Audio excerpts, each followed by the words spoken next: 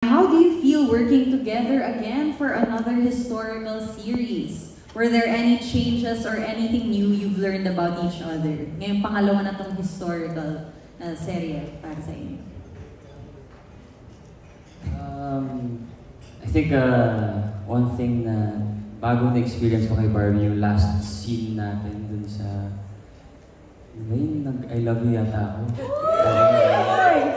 Yun.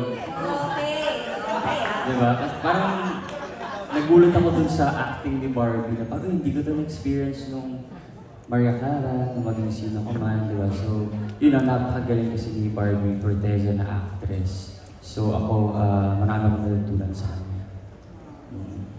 Ikaw naman, Barbie, may bago ka bang na-discover? Ang na-discover ko naman kay David,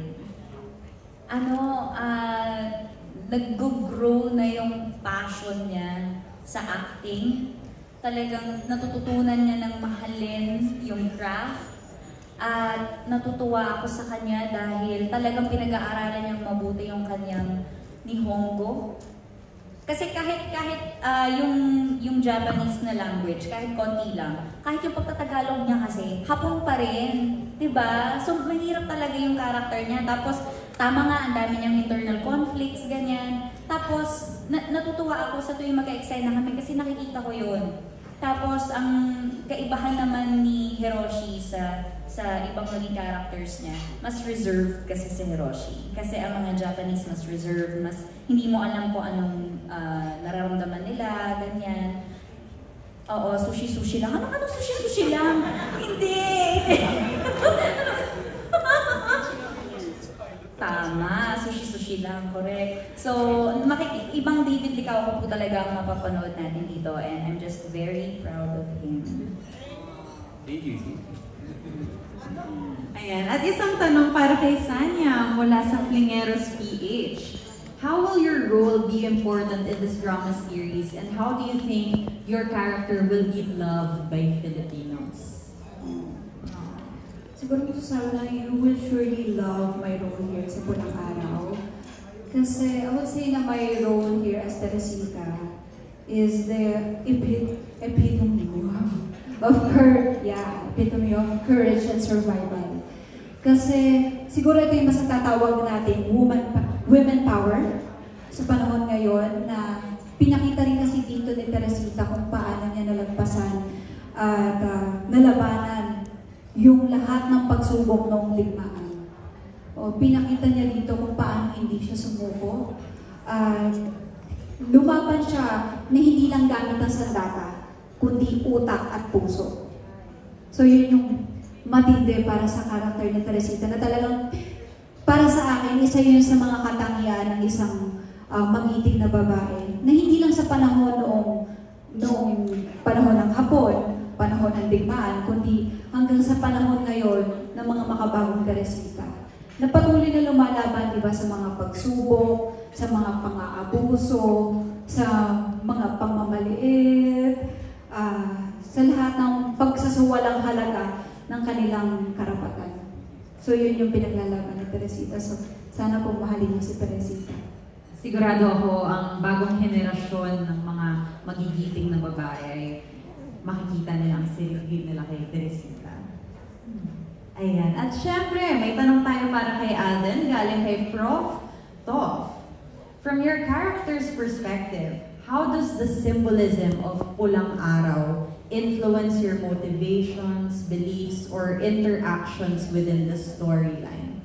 Malalim to, Prof. Malalim nga. Prof kasi yung nagtanong. So, well, basically po kasi, in my character's perspective, when I started to dissect Eduardo de la Cruz, there's so much happening within yung atmosphere of emotions that was involved during the World War II.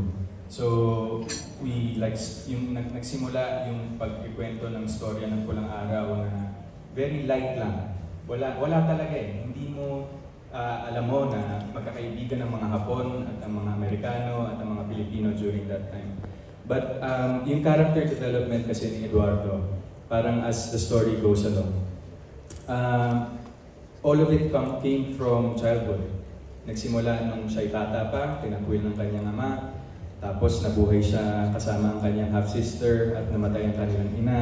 And then, sa murang edad, si Eduardo, inalagaan na niya ang kanyang sarili at ang kanyang kapatid. Yun ang kanyang priority sa buhay during that time.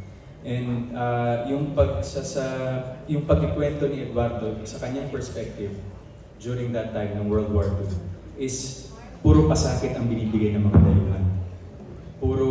Maraming linya si Eduardo na malalim ang hugot.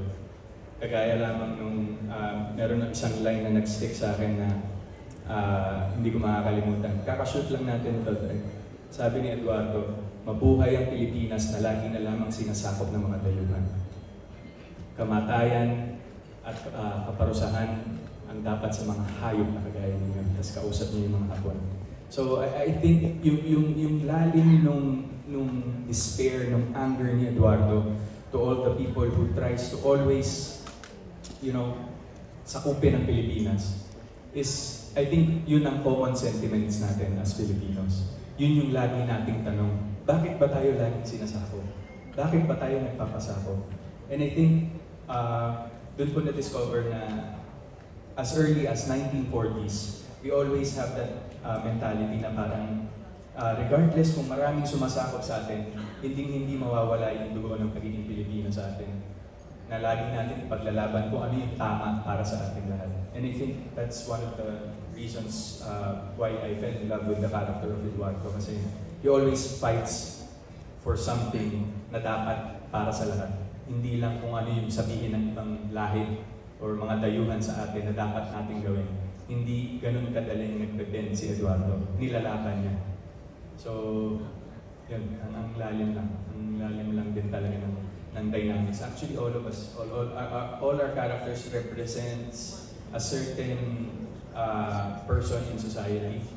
Like foreigners, diba? Magkapatid, si Adelina, the Teresita, the performers, and all of our cast members here represent someone who have lived during World War II. And I'm just so happy and proud that we are all able to work together in this project kasi parang very brilliantly written to, and at the same time, the messaging of Pulang Araw, hindi lang siya, yun nga yung paulit-ulit kong sinasabi, hindi lang siya teleserye, hindi lang siya historical serye. It's a project, it's a relevant project that will showcase the legacy of the Filipinos during that time. Yung darkest time natin sa history.